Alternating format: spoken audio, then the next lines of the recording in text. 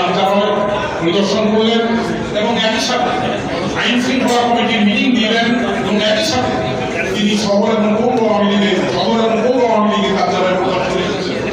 আপনারা তাকে সাদর সম্ভাষণ হাততালি নিয়োগ করতে জানান। আমি আপনাদের সকলের কৃতজ্ঞতা প্রকাশ করছি। একই সাথে মাননীয় মন্ত্রী মহোদয়কেও ধন্যবাদ জানাচ্ছি। আমি কোনো বক্তব্য বললাম না, আমি আপনাদের সামনে তাকে বক্তব্য রাখার জন্য অনুরোধ করছি। প্রিয় খালিদ মাহমুদ চৌধুরী বক্তব্য দান করবেন, আপনাদের সামনে প্রতিক্রিয়া ব্যক্ত করবেন, পরিস্থিতির উপর আলোকপাত করবেন। আমাদের প্রিয় সন্তান, প্রিয় গৌরব, গর্ব এবং অহংকার জনাব খালিদ মাহমুদ চৌধুরী।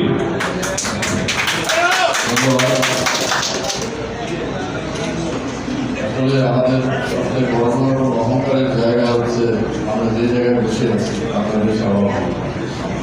এটাই হচ্ছে আমাদের গর্ব, এটাই হচ্ছে আমাদের অহংকার। এই আওয়ামী লীগ আমাদের